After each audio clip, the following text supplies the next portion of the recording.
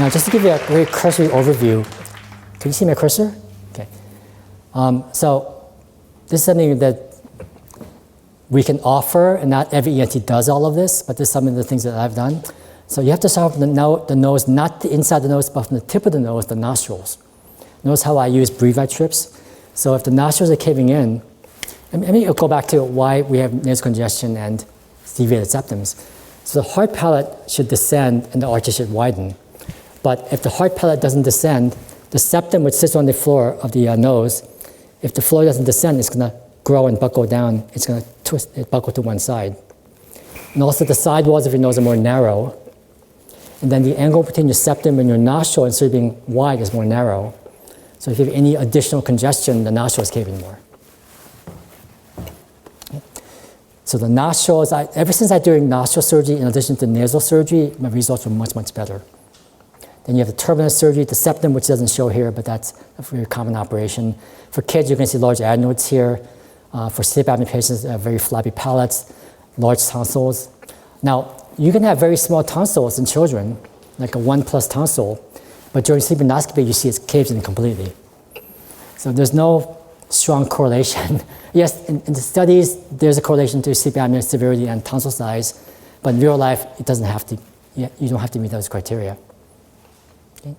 And then you have the epiglottis, which is what I talked about. You can have lingual tonsils, you have tongue-based collapse, and you can actually shave down the tongue, which we don't do that much anymore using robotic surgery.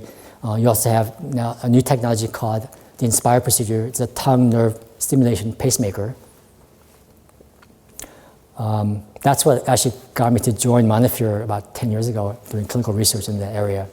Then you have other limited bony procedures, for example, something called a transpalatal advancement. You make a little window in the back of the palate, and you move this bone forward, which pulls the soft palate forward. You can also make a little window here in the mandible and pull the mandible forward, pulling the tongue genioglossus muscle forward. You can also move the hyoid bone to the thyroid cartilage or to the mandible. Then you have the jaw operations and maxillomandibular advancement, which is what Sydney got. So I'm just going to finish up with some action points. So there are 5 action points. 2 are for your patients, and the 3 are for everybody. The first one is optimize breastfeeding. I mean, I'm going to say it over and over again. I think Lisa would agree. Where's Lisa?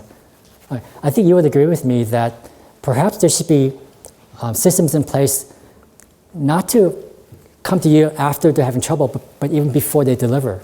Right? Have systems in place in the hospital from day one if they're having any problems. And to universally screen for it like what Brazil did. I think, honestly, I think there is a, I don't want to say a conspiracy, but there are forces that go against this. And I would also argue that it's not just for the sake of the baby, but for you when you're pregnant. So what you eat, your stress levels, how you live your life affects how the baby grows in your womb. And a great example is my wife, for her first 2 pregnancies, she was miserable. I mean, she was stressed out as a nursery school teacher. She was pregnant during the hottest months of the summer. And she gained 50 pounds. She was depressed for a whole year afterwards. And then that's around the time that I discovered that her father had sleep apnea, and she looks like her. And after we treated his sleep apnea, he got much better. Unfortunately, he got cancer later on and died. And then she had similar issues with the second pregnancy, but she didn't get that much weight, but she was dizzy and lightheaded. Her arm was going numb. One doctor thought she was having a stroke, got an MRI, nothing happened of it. And then that's when we kind of put everything together and started, and then I met Bill Hang and all the people that we talked about. That's when we started to implement these things little by little. And that's when, over the course of the last 10 years, both of us have improved significantly. And that get dental care early. Don't wait until they need braces. I think a lot of dentists for these appliances are starting to see kids like, 3 to 4 now when the first molars come in. I guess there's not too much you can do when they don't have teeth, but once they get the molars, that's when some dentists are willing to expand the jaws. Do everything to improve nasal breathing. And this is a variation of the neti pot where you squirt saline in your nose and comes out the other side. There's so many different variations of this, using a water pick machine, squeeze bottles. You can use a water pick machine or just squeeze in general. And this helps significantly for many people. But what I'm finding is that some people have a bad reaction to it, and some people, the effect wears off after time. And what you're doing is you're slightly decongesting the nose like salt water when you go swimming in the ocean. But that's not really treating what's causing the problem long term. Okay? And you should aim to breathe through your nose and just breathe well, normally, not just during the day, but especially at night. Okay? My number one suggestion is never eat or snack before bedtime. So how many of you eat or snack before bedtime? Yeah, most of you, right? Sometimes I do too, I admit. The reason is that, let's say that all of us have some degree of sleep breathing disorders, and you stop breathing just once in a while. But if you had a snack, no matter how healthy it is, the more stomach juices you have, the more it's going to come up and cause inflammation here. And that causes more, so you can have more reflux, it's micro subclinical reflux. But what comes up is not just acid, but also bile, enzymes, digestive enzymes like pepsin, and bacteria. So it comes up not just reaching here, but it can go into your sinuses, ears, nose, and your lungs. They've documented pepsin in all these areas. Okay? So I generally recommend no food or snacks within 3 to 4 hours of bedtime. I know it's hard for many people, but if you sleep better, you'll crave sugary, fatty foods less often. But physiologically, that's what happens. When you don't sleep well, you crave unhealthy foods for the sugar rush. Yeah. And lastly, this is going to be the hardest challenge for all of you. Avoid screens before bedtime. We talked about the importance of lights. What this does is the LED lights has extra blue lights, which lowers the melatonin hormone. So you want to go to bed a little bit later. So it may be 10, 20 minutes, but that adds up. And then if you keep doing it every night, you want to go to bed later and want to wake up later at night, and wake up later in the mornings. So really make it a steadfast rule to shut down all your screens a few hours before bedtime. One interesting note that I just discovered myself is that melatonin is not just a sleep hormone, but it's an anti-reflux hormone. And it starts to go up about 2 hours before bedtime.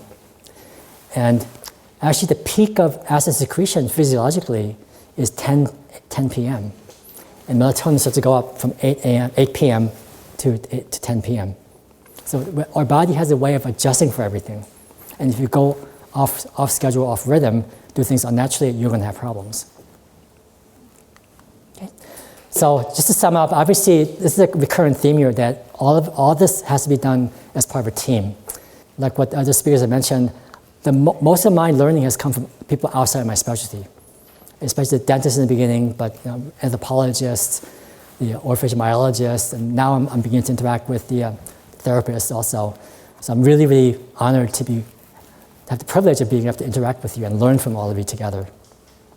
So I'm going to give you 3 quick resources to kind of apply this. Number 1, Dr. Davis mentioned my book. This is endorsed by 4 New York Times bestselling authors, including Christiane Northrup, Dean Ornish, and Mark Leponis. This is my podcast. I strongly recommend you go there. It has lots of resources. All the interviews I mentioned is in my podcast. I think we have almost 99 episodes. I was putting the slide up yesterday, and I realized that I couldn't find an interview with Dr. Casey Lee I did many years ago on the maxillomandibular advancement surgery. So I put it back up, and it came up number 2. But this is from many years ago, but it's a really good interview that I did with Casey Lee, who's one of the big names in putting MMA on the map for sleep apnea from Stanford. Okay? And lastly, if you want 5 simple steps to wake up refreshed, energized, and ready to go, go to this link called Energize Your Day Today for your free guide. And that's it. Thank you very much.